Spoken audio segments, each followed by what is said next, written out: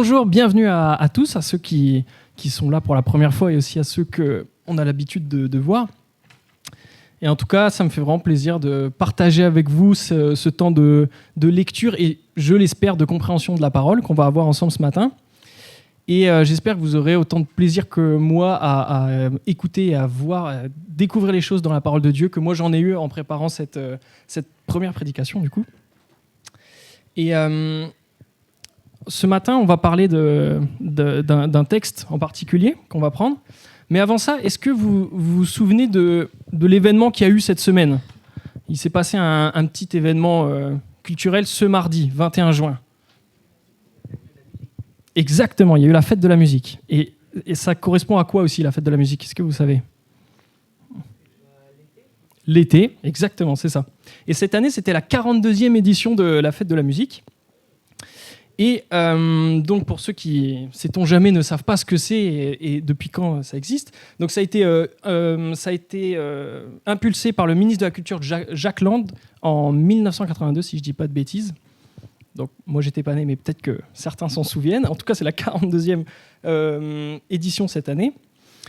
Et ce que je trouve sympa dans cette fête qui encourage des jeunes musiciens, mais pas que, à se produire bénévolement dans les rues de la rue, etc., c'est que ça donne une occasion d'avoir un petit instant où l'attention est posée sur ces personnes. Et souvent, on entend cette fameuse phrase, je ne sais pas si ça vous est déjà arrivé de l'entendre, c'est leur quart d'heure de gloire. Ils sont en train de vivre leur quart d'heure de gloire. Alors, je ne pouvais pas rêver mieux. Alors, non, pardon, avant ça, l'expression quart d'heure de gloire, elle a été inventée par le peintre Andy Warhol dans les années 70. On ne sait pas exactement pourquoi il avait dit ça à ce moment-là, mais du coup, on se rend compte aujourd'hui avec Internet, avec les réseaux sociaux, les médias d'une manière générale, qu'avoir un court instant de gloire, comme par exemple faire un buzz, on s'en rend compte que ça existe, on en voit tous les jours, en fait, on en entend tous les jours.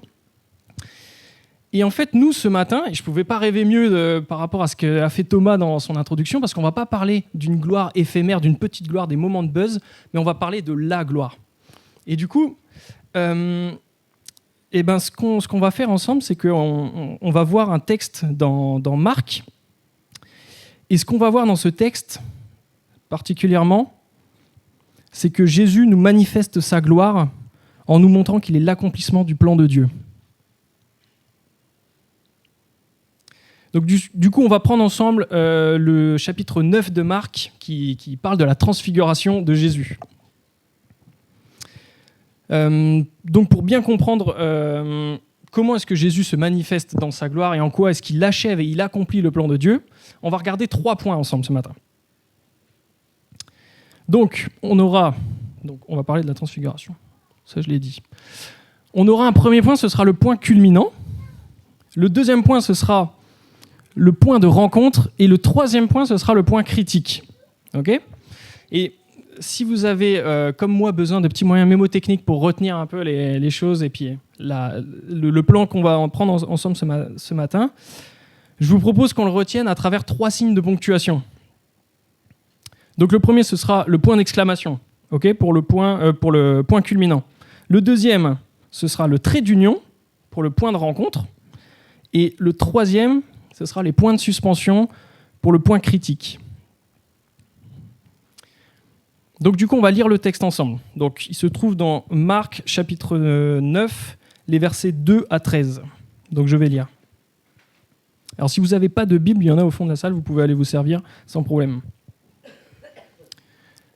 6 jours après, Jésus prit avec lui Pierre, Jacques et Jean, et il les conduisit seuls à l'écart sur une haute montagne. Il fut transfiguré devant eux. Ses vêtements devinrent resplendissants et d'une telle blancheur que personne sur la terre ne peut blanchir ainsi. Élie et Moïse leur apparurent, ils s'entretenaient avec Jésus. Pierre prit la parole et dit à Jésus : « Maître, il est bon que nous soyons ici. Faisons 3 abris, un pour toi, un pour Moïse et un pour Élie. » Ils ne savaient que dire car ils étaient effrayés. Une nuée vint les couvrir et de la nuée sortit une voix : « Celui-ci est mon fils bien-aimé, écoutez-le. » Aussitôt, les disciples regardèrent tout autour et ils ne virent plus que Jésus seul avec eux. Comme ils descendaient de la montagne, Jésus leur commanda leur recommanda de ne dire ce qu'ils avaient vu à personne jusqu'à ce que le Fils de l'homme soit ressuscité. Ils retinrent cette parole, se demandant entre eux ce que signifiait ressusciter. Puis ils lui posèrent cette question. « Pourquoi les spécialistes de la loi disent-ils qu'Élie doit venir d'abord ?» Il leur répondit, « Élie doit venir d'abord pour rétablir toute chose. Et pourquoi est-il écrit à propos du Fils de l'homme qu'il doit souffrir beaucoup et être méprisé ? Mais je vous le dis, Élie est déjà venu et ils l'ont traité comme ils l'ont voulu, conformément à ce qui est écrit à son sujet. »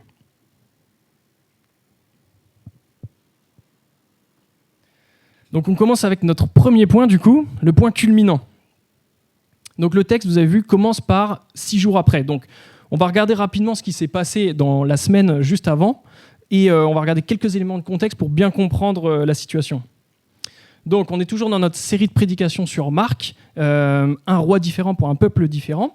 Et jusqu'au début du chapitre 7, qu'on a vu jusqu'à maintenant, Jésus il commençait son ministère public en Galilée et dans les environs de la Galilée.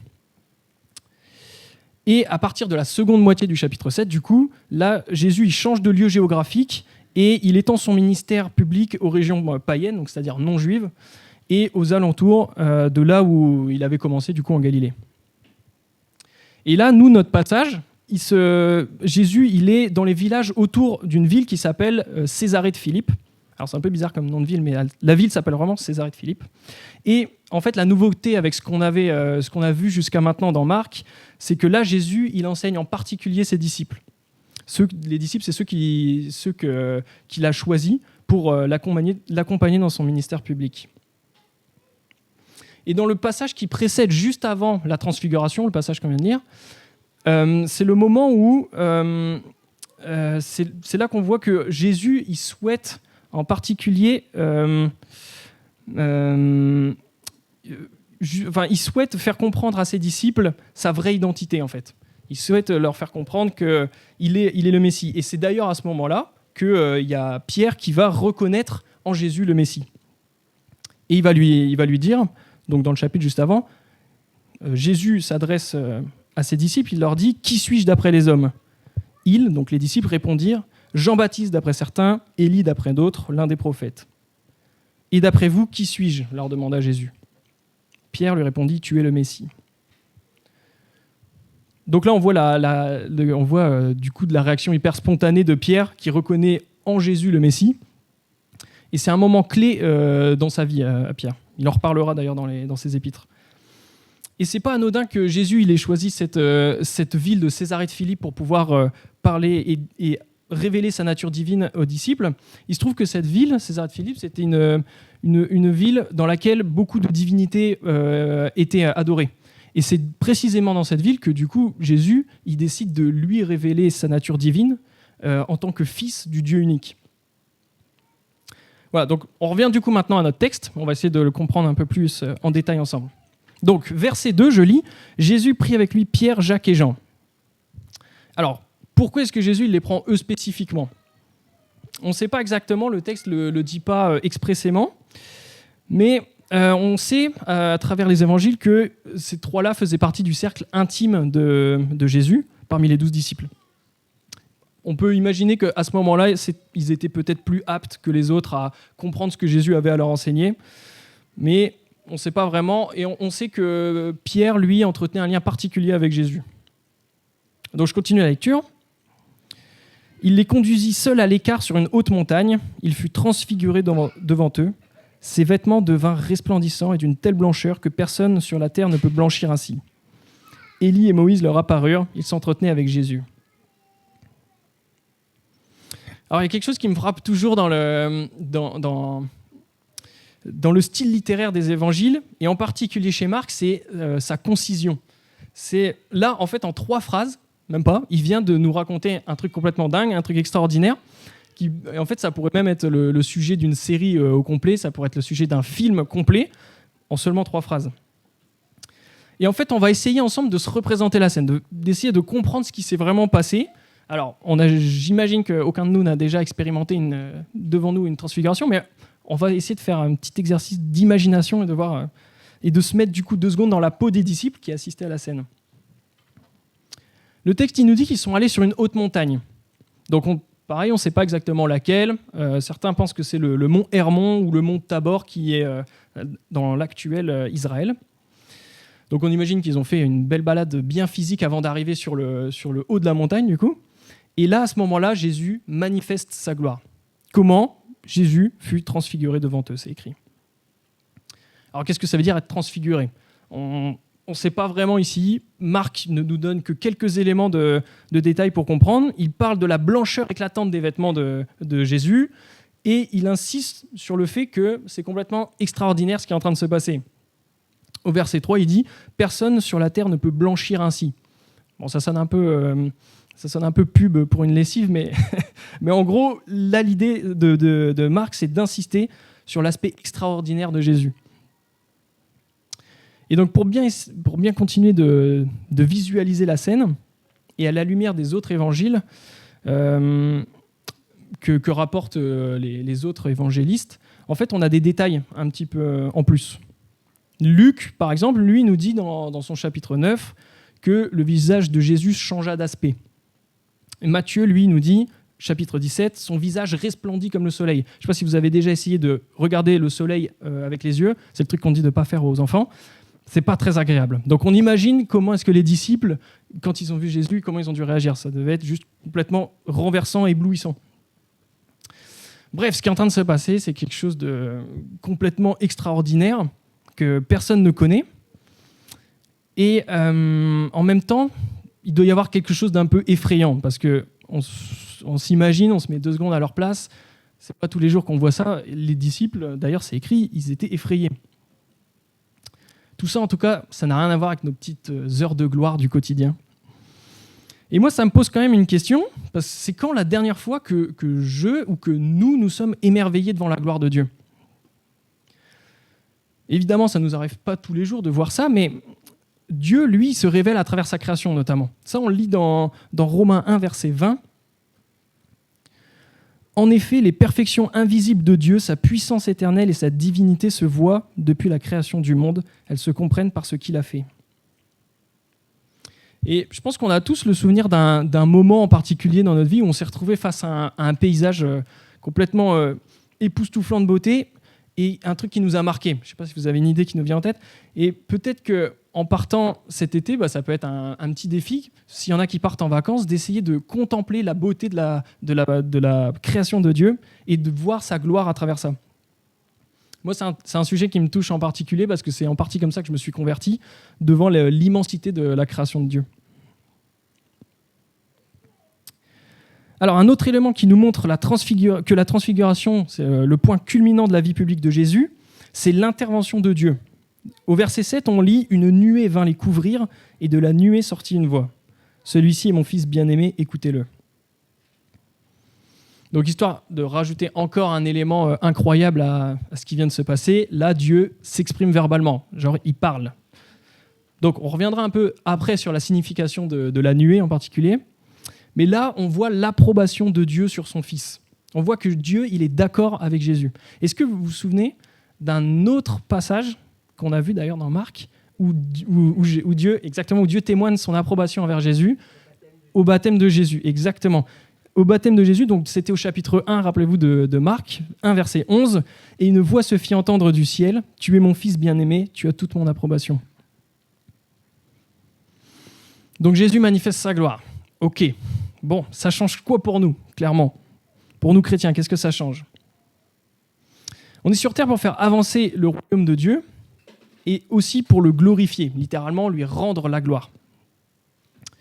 Mais moi, je me pose la question, autant qu'à moi qu'on peut se poser la question, combien de fois ça nous arrive de nous mettre devant les autres, de chercher à ce que la gloire nous revienne à nous et de chercher nos petits quarts d'heure de gloire. Et je trouve que c'est pas évident parce qu'on est dans une société qui nous inculque H24 que c'est moi le centre du monde, que je peux être la meilleure version de moi-même, que je puise mes ressources en moi et que c'est comme ça que je vais définir qui je suis.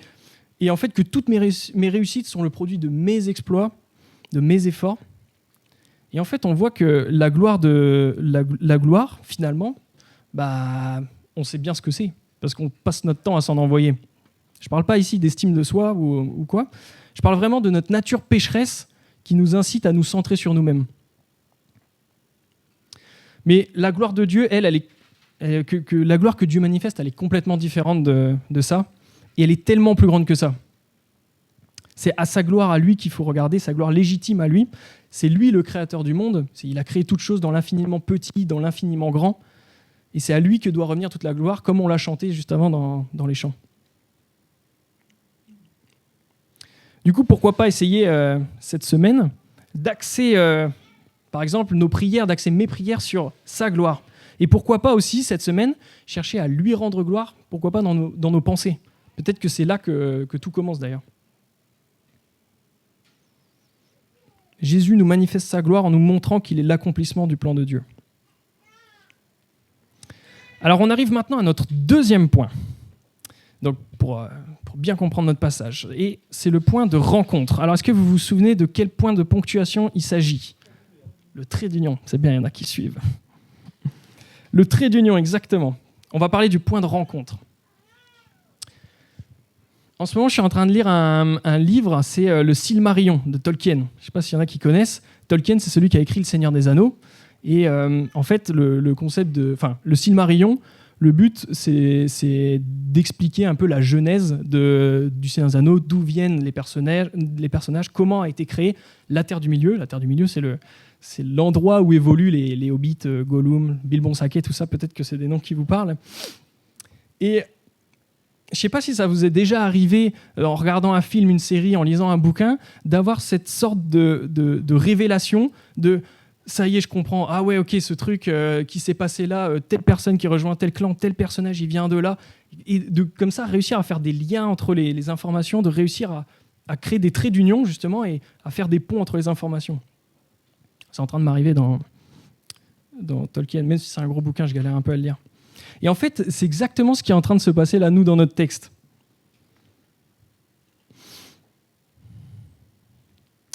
Et évidemment, la grande différence avec l'œuvre de Tolkien, c'est que nous, la Bible, elle a été écrite par plein d'auteurs différents et elle a été écrite sur plus de 1500 ans. Et pourtant, on y voit la cohérence du récit et cette cohérence est juste irréfutable, quoi, d'un bout à l'autre. Donc, on l'a dit tout à l'heure, ils sont sur une haute montagne. Et dans la Bible, la montagne, ça évoque la proximité avec Dieu et la disposition à écouter ce que Dieu a à dire. Et d'ailleurs, Dieu est apparu à Élie et à Moïse. Donc, verset 4, on lit « Élie et Moïse leur apparurent, ils s'entretenaient avec Jésus. » Bon, alors, du coup, on se demande qu'est-ce qu'ils font là ? Qu'est-ce qu'ils font là, Élie et Moïse ? Et la première fois que j'ai lu le texte, je me suis vraiment dit « mais pourquoi faire ?» En fait, c'est pas si compliqué. Pour bien comprendre leur présence, il faut juste qu'on fasse un petit rappel de l'histoire de l'Ancien Testament, donc la première partie de la Bible, et du plan de Dieu pour l'homme. C'est la partie un peu technique de la prédication, donc il faut être bien concentré. Alors, normalement, on a un petit... Voilà. Donc, premièrement, Dieu a créé l'homme en alliance avec lui.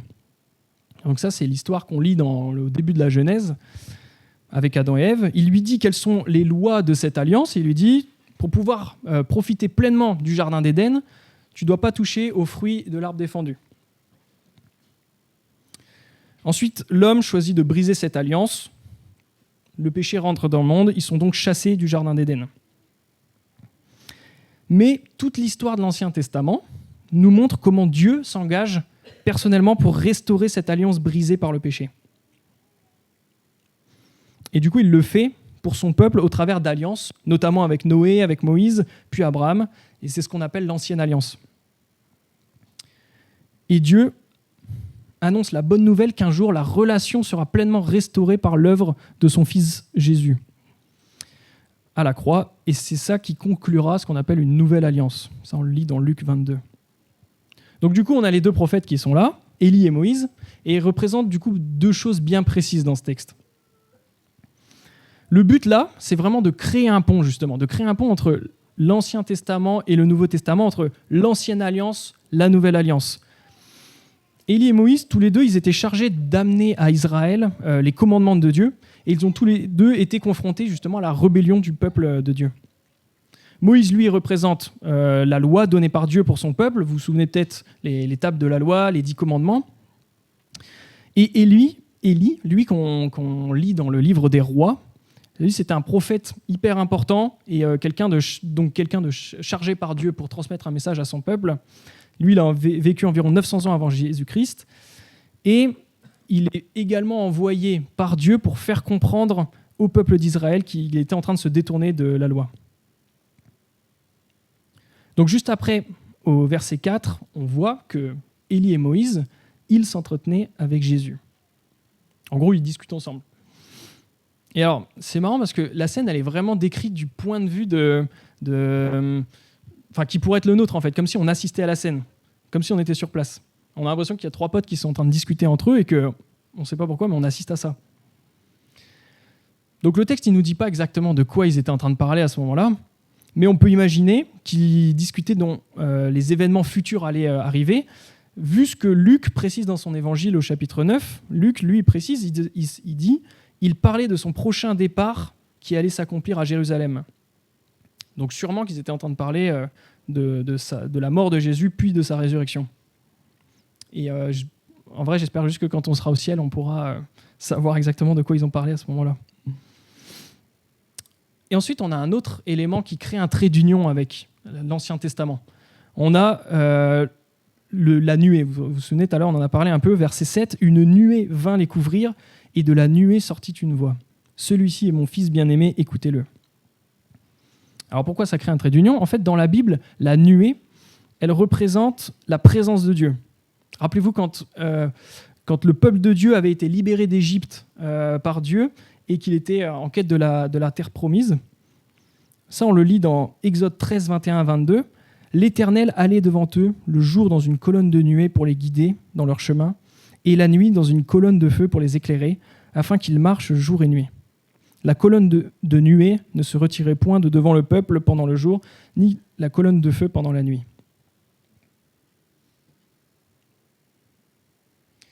En fait, le but de toute cette mise en scène qui est créée par Dieu, c'est, comme on l'a vu tout à l'heure, c'est de manifester la gloire de Jésus. Pour montrer que Jésus, ce n'était pas une réincarnation de Élie ou bien de Moïse, des prophètes, comme pouvaient le croire les disciples ou peut-être certaines personnes.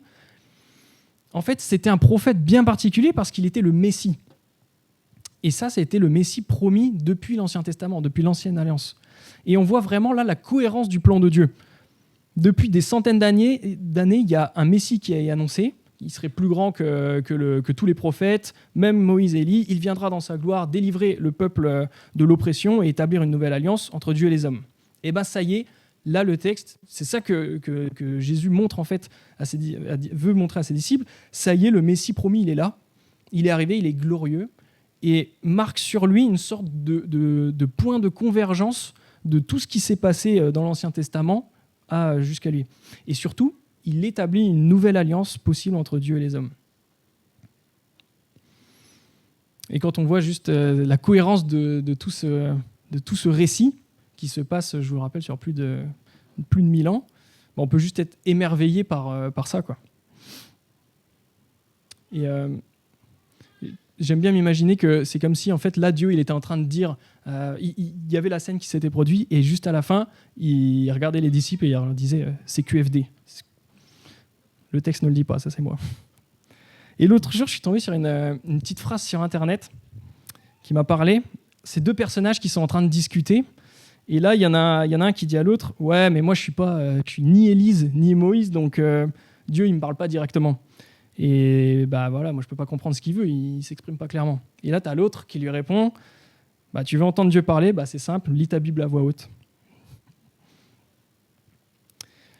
Je vous propose du coup maintenant qu'on regarde notre 3e et dernier point, qui, vous vous en souvenez, c'est quoi le signe de ponctuation ? Les points de suspension. Ils sont forts. Du coup, j'ai intitulé cette 3e partie « Le point critique ». Alors pourquoi le point critique ? Alors je ne sais pas s'il y a des gens qui sont physiciens ici dans l'Assemblée ce matin ou alors qui font de la physique. Moi, ce n'est pas le cas, clairement. Mais en tout cas, et du coup, j'ai appris une chose sur ce qu'est le point critique en physique. Le point de critique, vous savez, c'est la limite entre deux états, le seuil au-delà duquel se produit un changement d'état. C'est comme par exemple quand on passe de l'eau à l'état liquide, à la glace ou à la vapeur d'eau. Voilà, c'est ce moment où en fait il y a une transition qui est en train de se passer. C'est ça le point critique, on va y revenir. Il y a une dernière chose qu'on n'a pas encore regardée dans le texte là, qu'on est en train de voir ensemble ce matin, c'est les différentes réactions des personnages, notamment celle des disciples, et ça c'est une de mes parties préférées de ce passage. Regardez bien la réaction de Pierre au verset 5. Il lui dit « Maître, il est bon que nous soyons ici, faisons 3 abris, un pour toi, un pour Moïse et un pour Élie. » Ils ne savaient que dire car ils étaient effrayés. Et je trouve l'intervention de Pierre super touchante. En fait, il vient de se passer quelque chose de complètement fou, complètement dingue, complètement extraordinaire. Jésus vient d'être transfiguré devant eux sur une montagne. Il y a Élie et Moïse qui apparaissent. Ils les reconnaissent parce que le texte nous le dit et ils savaient qui c'était. Et après, il y a la nuée de Dieu. Il faut s'imaginer qu'on est dans une sorte de brouillard et d'un coup, il y a une voix qui nous parle et il se trouve que c'est la voix de Dieu, pas n'importe laquelle. Et là, il y a Pierre qui intervient. Il ne sait pas quoi répondre et il dit à Jésus, en gros, bah, c'est trop bien ce qui est en train de se passer. Viens, on fait un petit feu de camp et puis on profite de ce moment-là, quoi. Et c'est touchant parce que c'est complètement lunaire en fait. Sa réaction, il sait pas quoi répondre et du coup, bah, il dit un truc bizarre. Et en même temps, je trouve que ça nous montre la sincérité de Pierre dans sa foi. Ça nous montre son amour pour Jésus. Et on voit dans les évangiles que Pierre, c'était un mec qui avait un tempérament vraiment... Enfin, il n'avait pas peur de dire les choses, d'intervenir en premier. On voit que c'est un leader, etc. Et en même temps, son intervention est décalée. C'est comme si, je sais pas, vous allez voir au Stade de France l'artiste dont vous êtes le plus fan, celui dont vous aviez des posters dans votre chambre quand vous étiez petit, et vous le croisez par le plus grand des hasards à la sortie du Stade de France avec son équipe, tout ça, et vous allez l'aborder, alors qu'il ne vous connaît pas du tout, en lui disant « Viens, on va boire un café ensemble, ça va être trop bien, je t'adore ». Bah ouais, mais c'est pas le moment en fait, c'est juste pas le moment. Pourquoi il va vous regarder bizarrement, sûrement. On peut vraiment s'identifier à Pierre dans cette première impression d'incompréhension. La première fois que j'ai lu ce texte, je ne comprenais rien non plus. Et je l'espère qu'on peut s'identifier à lui pour son zèle qu'il a pour Jésus. Et ça, Pierre, il va en reparler un peu plus tard dans ses épîtres. Il va nous dire... Oui, donc Jésus, a reçu de Dieu le Père honneur et gloire quand la gloire magnifique lui a fait entendre une voix qui disait « Celui-ci est mon Fils bien-aimé qui a toute mon approbation ». Cette voix, nous l'avons nous-mêmes entendue venir du ciel lorsque nous étions avec lui sur la sainte montagne. Pierre, il a été témoin oculaire de cette scène. Et nous, aujourd'hui, quand on regarde ce texte-là, quand on est exposé à ce texte, grâce à la parole de Dieu, on est aussi des témoins de ces événements. Voilà, les événements, ils ont eu lieu. Jésus est apparu, il a manifesté sa gloire, il est le Messie, il accomplit le plan de Dieu. Bon, bah maintenant, comment je me positionne, moi, personnellement, par rapport à ça ? Je continue la lecture, verset 9. Comme ils descendaient de la montagne, Jésus leur recommanda de ne dire ce qu'ils avaient vu à personne jusqu'à ce que le Fils de l'homme soit ressuscité. Alors, pourquoi est-ce que Jésus leur dit n'en parlez pas ? Justement, on pourrait leur dire si, allez-y, par exemple. Le texte ne le dit pas. On peut imaginer que c'est parce qu'ils n'étaient pas encore prêts. Là, vous vous rappelez, on est dans un... Jésus, il est en train d'enseigner ses disciples. Ils sont dans un processus de formation, en fait, par Jésus. Et peut-être qu'en fait, ils n'auraient pas été des témoins efficaces à ce moment-là s'ils étaient allés raconter ce qu'ils avaient vu. Ensuite, verset 10, on lit « Ils retinrent cette parole, se demandant entre eux ce que signifiait ressusciter, puis ils lui posèrent cette question. Pourquoi les spécialistes de la loi disent-ils qu'Élie doit venir d'abord ?» Les disciples, Jésus leur répondit « Élie doit venir d'abord pour rétablir toute chose. Et pourquoi est-il écrit à propos du Fils de l'homme qu'il doit souffrir beaucoup et être méprisé ? Mais je vous le dis, Élie est déjà venu et ils l'ont traité comme ils ont voulu, conformément à ce qui est écrit à son sujet. » Donc là, c'est pareil. Pour comprendre cette partie, il faut se remettre un peu dans la tête des disciples. Donc, ils étaient juifs et ils avaient une conception du Messie qui était, ça va être ce gars qui va venir dans une gloire énorme, triomphante, et qui va terrasser l'ennemi, il va triompher sur l'oppresseur. Alors eux pensaient que c'était les Romains, parce qu'à ce moment-là, leur territoire était occupé par les Romains, et du coup ils ne comprennent pas. Et là, ils se souviennent d'un texte dans Malachie, donc du prophète Malachie, qui a été écrit à peu près 5 siècles avant eux. Et ce texte, il nous dit, dans Malachie 3,23, « Voici, je vous envoie Élie le prophète avant que le jour de l'Éternel arrive, ce jour grand et terrible. Il fera revenir le cœur des pères vers leurs fils et celui des fils vers leurs pères, de peur que je vienne pour frapper le pays et me le vouer par destruction. » Donc le nouvel Élie dont il est question et dont Jésus parle, c'est Jean-Baptiste. Jésus le sous-entend d'ailleurs parce qu'il dit « Élie est déjà venu ». Et rappelez-vous, dans Marc, chapitre 1, on avait vu que Jean-Baptiste, il est là pour préparer le chemin pour le Messie et annoncer que le règne de Dieu était arrivé sur terre. Et comme on est toujours dans les réactions et qu'on regarde un peu les réactions qu'on voit dans ce texte, là, Jésus il met l'accent sur la manière dont Jean-Baptiste a été reçu. Il est en train de leur dire mais regardez, rappelez-vous, Jean-Baptiste, il s'est fait mal recevoir. Il a été décapité, pour rappel. Et en fait, là, il est en train de leur dire, le Fils de l'homme, donc Jésus, va être reçu avec la même violence. Et là, évidemment, on peut comprendre, les disciples, ils sont complètement perdus. Ils se disent, mais comment c'est possible le Messie promis, celui qui viendrait nous délivrer de l'oppresseur, etc., il est en train de nous dire qu'il va subir une violence, c'est complètement inimaginable pour eux. Et pourtant, Jésus ne s'est pas trompé sur l'accueil qui allait lui être réservé, parce que dans les semaines à venir, on sait qu'il sera crucifié.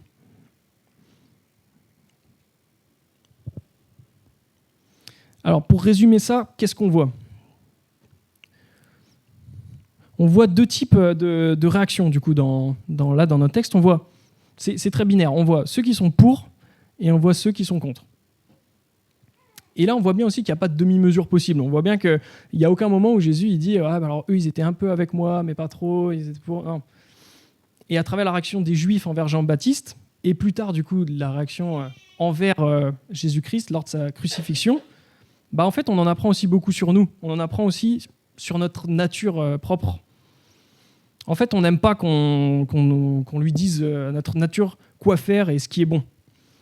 Et pourtant, là, le passage qu'on a lu de cette transfiguration, il réaffirme que le seul chemin, c'est Jésus. Il réaffirme que le seul moyen de restaurer la relation, justement, qui a été brisée entre l'homme et Dieu, c'est lui.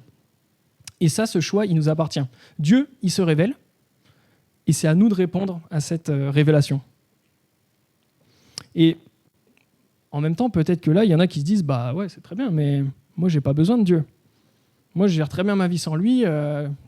Pourquoi est-ce que j'aurais besoin de lui, en fait ?» Imaginez 2 secondes qu'on applique cette vision, par exemple, à nos téléphones. Et imaginez que nos téléphones, ils nous disent « c'est très bien, moi, j'ai pas besoin d'être humain. Moi, je me gère tout seul. Regarde, je sais me géolocaliser. Je sais faire mes mises à jour tout seul. Et je sais même anticiper les prochains achats que tu vas faire sur Internet. J'ai pas besoin de toi. » Waouh, impressionnant. En attendant, nous, on pourrait lui répondre, ouais, mais qui est-ce qui va extraire les minerais qui sont nécessaires à ta fabrication ? Qui est-ce qui va assembler tes pièces les unes entre elles ? Qui est-ce qui va t'acheminer jusqu'à un magasin pour que tu puisses être acheté ? Tu vas le faire tout seul, peut-être. Et en fait, quand on regarde ce texte, et en fait, quand on applique ça au téléphone, finalement, si on se dit qu'on n'a pas besoin de Dieu, on réagit exactement comme le téléphone pourrait réagir avec l'être humain. Avec Dieu, c'est pareil. On peut avoir besoin qu'on n'a pas besoin de lui, mais Dieu, lui, il est souverain. Il est ce Dieu souverain qui a pensé toutes choses, et on a besoin de lui. Mais l'être humain, forcément, dans son orgueil et sa dépendance à son indépendance, il ne se reconnaît pas comme étant une créature éloignée de Dieu. Et ça, c'est le péché qui nous éloigne, qui a brisé cette alliance entre Dieu et nous. Et du coup, peut-être que, en fait, tout simplement, certains sont dans ce point critique, justement, ce point où on est sur un changement d'état possible, celui de pécheur à celui de pécheur qui reconnaît qu'il a besoin de l'aide de Jésus. Et encore une fois, ce changement d'état, il nous appartient. Ce n'est pas quelqu'un d'autre qui va le faire pour nous. Personne ne va le faire à notre place. Et pour nous, chrétiens, qui croyons que le Dieu de la Bible est ce Dieu puissant et souverain, que Jésus est le Messie, promis par les Écritures, ce texte de la transfiguration, c'est aussi un appel à reconsidérer la gloire de Jésus dans ce qu'il est, dans ce qu'il a fait pour nous à la croix. Jésus, ce n'est pas seulement notre psychologue qui pense nos petits soucis du quotidien, on l'a bien vu. Jésus, c'est ce Messie glorieux, et on l'a chanté, l'accomplissement du plan de Dieu pour nous, ce roi puissant et bienveillant. Et il est venu nous donner accès à son royaume. C'est ça qui est ouf. Je vais finir en priant.